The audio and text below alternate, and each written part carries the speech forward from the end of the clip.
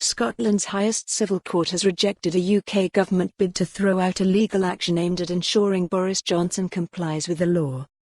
The Court of Session refused to dismiss an ongoing legal effort to make sure the Prime Minister sticks to his obligations under the so-called Benn Act. Scotland's most senior judge, Lord Carloway, said the case should remain before the court until it is clear that the obligations under the Benn Act have been complied with in full. Elaine Motion, chair of the law firm Balfour+Manson, which is acting for campaigners, said the sword of Damocles remains hanging over Mr. Johnson's head. She said, "From our perspective it was a great success again for us, because the court has kept hold of this case, kept it live, to make sure that the Prime Minister continues to comply with the Benn Act and all of the obligations under it." Elaine Motion from Balfour+Manson addresses the media. Legislation passed by MPs last month, known as the Benn Act, compelled the Prime Minister to ask for another Brexit delay if no agreement had been reached with Brussels by October 19. Mr. Johnson sent an unsigned letter to the EU requesting an extension over the weekend, but also sent a second, signed letter insisting a delay would be a mistake.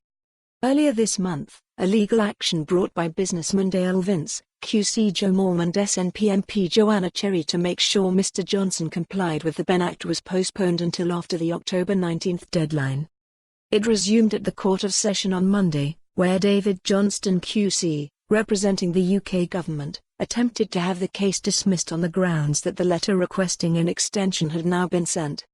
However, Aidan O'Neill QC, representing the petitioners, argued the language in Mr. Johnson's second letter came close to breaching the Prime Minister's duty not to frustrate the purpose of the Benn Act.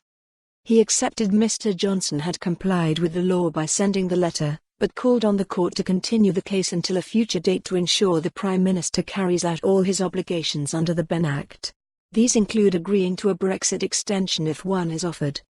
He added, "We don't know when the EU will come back with a response for the request. So it depends on it coming back and ensuring the Prime Minister carried out the duties imposed upon him within the Benn Act." Speaking outside the Court of Session, Ms. Motion said the court's decision to continue the case was a real victory for her clients. She added, "They have managed to ensure that the letter has been sent, which is a great victory, and this has been continued. So the sword of Damocles remains hanging." She continued, "The sword drops if Mr. Johnson frustrates the Act or breaches the Benn Act in any way." The sword is. For more on this story, visit the news article link.